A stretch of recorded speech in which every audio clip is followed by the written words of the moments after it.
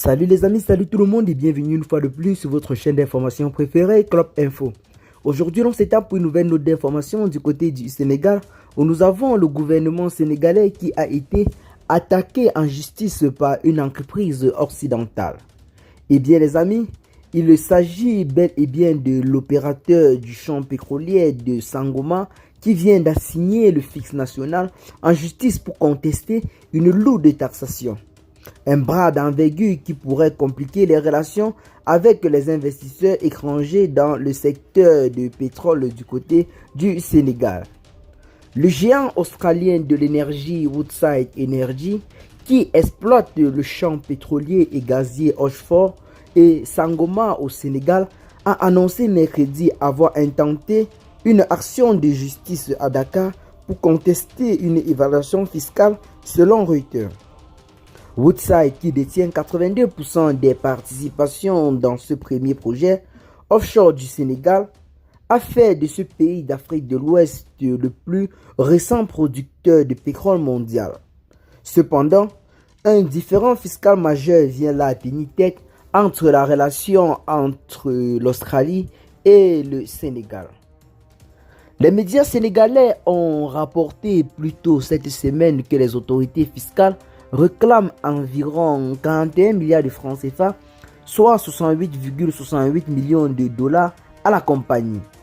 Un porte-parole de Woodside n'a pas confirmé le montant exact, mais a indiqué que l'entreprise conteste cette évaluation fiscale devant la haute cour de Dakar. Nous pouvons confirmer que Woodside a déposé une action devant la juridiction compétente concernant une question fiscale relative au projet de Sangoma. Félicitations a clairement déclaré le porte-parole cité par notre site d'information. Les autorités fiscales sénégalaises n'ont pas immédiatement répondu aux demandes de commentaires. Woodside a annoncé en juin que le champ de Sangoma, découvert il y a une décennie, avait produit son premier pétrole, situé à 100 km au large de Dakar. Ce gisement devrait produire quelques 100 000 barils par jour. Cette dispute survient dans un contexte tendu. Le nouveau président sénégalais Bassirou Diomaye Faye, élu en mars, ayant affirmé en juin que son pays renégocierait les contrats pétroliers afin de mieux profiter de ses ressources naturelles. Il avait clairement affirmé que, je cite, « Le Sénégal réexaminerait à la terme de contrats pétroliers et gaziers existants afin de tirer un meilleur parti pour le peuple sénégalais. » Fin de citation, avait déclaré le chef de l'État sénégalais Bassirou Diomaye Faye. Face à cette décision des autorités sénégalaises, c'est bel et bien cette entreprise australienne qui a donc décidé de poursuivre en justice le numéro 1 sénégalais, notamment Bassirou Diomaye Faye, pour ses décisions prises. Et bien les amis, pour vous qui êtes en train de regarder cette vidéo en ce moment, qu'est-ce que vous en pensez? Est-ce le gouvernement sénégalais qui a raison ou alors cette entreprise australienne? Mais pour ma part, je pense que la vision de Bassirou Diomaye Faye est visiblement très meilleure, car c'est visiblement quelque chose de très historique du côté de l'Afrique de voir un dirigeant qui se soucie de sa population et de son peuple. Car généralement, nous sommes habitués à voir des dirigeants qui ont pour habitude de signer des contrats qui ne profitent qu'à eux seuls et à leur famille. Mais nous voyons là un président de la République qui a décidé de faire un contrat qui doit également faire jouir le peuple, raison pour laquelle il a donc décidé d'augmenter en quelque sorte les taxes que payaient tous les multinationales installées du côté du Sénégal. Moi, je trouve déjà que c'est un très bon pas dans le programme de gouvernance du président Bassirou Diomaye Faye que je tiens par cette vidéo déjà à féliciter. Félicitations Bassirou Diomaye Faye pour ce geste. Et bien les amis, c'est là en quelque sorte la vidéo du jour, c'est là pour l'actualité sénégalaise, donc dites-nous en commentaire massivement ce que vous en pensez. À titre de rappel, dans cette vidéo, je tiens en quelque sorte à lancer un message fort au gouvernement sénégalais, car ce qui se dit ces derniers temps sur les réseaux sociaux ne semble pas visiblement être de bon goût pour le gouvernement sénégalais, vu le respect qu'on l'accorde en ce moment du côté de l'Afrique.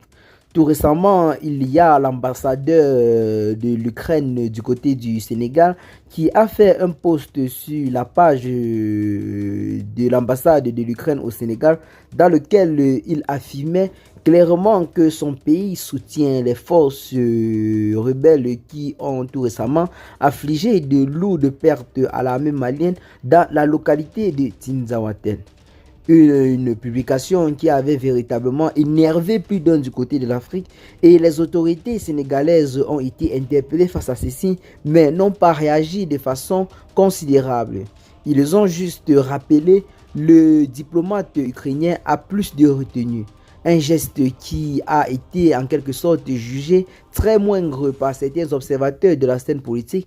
Pour plusieurs personnes, ce diplomate devrait tout simplement être renvoyé chez lui, car il est inadmissible que l'on accepte qu'une personne quitte de chez eux pour venir sur notre propre territoire, notamment du côté de l'Afrique, et insulter les Africains comme il a fait. C'est véritablement quelque chose d'inacceptable et d'intolérable. Donc c'est là en quelque sorte ce qui depuis ces derniers temps ne cesse d'animer le Sénégal sur la scène publique. Eh bien les amis, en ce qui concerne les attaques du côté de Tinzaouaten en question, les forces armées maliennes, après le renfort reçu venant de la part du Burkina Faso, du Niger, ceux-ci ont pu repousser l'attaque et le territoire reste toujours sous le contrôle des forces armées maliennes. Donc les rebelles de l'Azawad pourraient encore bel et bien attendre, pas cette fois, car les forces armées maliennes sont véritablement sur le pointe. Malgré la défaite essuyée le lundi dernier, cela n'a en rien ébranlé le moral de nos vaillantes forces de défense qui se sont battues corps et âme pour que cette localité ne puisse pas tomber entre les mains de ces derniers. Ces derniers qui avaient été chassés en novembre 2023 dernier du côté de Kidal, ils étaient partis se réfugier du côté de Tinzaouaten, notamment du côté de la frontière avec l'Algérie. Cela restait de ce côté pour préparer une vengeance afin de venir détrôner nos vaillantes forces de l'ordre et le gouvernement de transition installé dans le pays dirigé par le colonel Assimi Goïta. Ceux-là pourront encore attendre car leur projet a été éventré et stoppé point par les forces armées maliennes qui combattaient conjointement avec le groupe privé russe Wagner. Et bien les amis, ceux-ci ont essuyé une défaite et je profite de cette vidéo pour souhaiter mes sincères condoléances à la famille de toutes les personnes touchées, que ce soit du côté du Mali, que ce soit du côté de la Russie. Donc je compte donc sur vous pour partager massivement cette vidéo si vous l'avez notamment trouvée intéressante. Profitez également par la même occasion de vous abonner à la chaîne si ce n'est pas encore fait. Restez toujours connectés pour ne pas rater nos notes d'information. Qu'est-ce que vous en pensez? Ciao.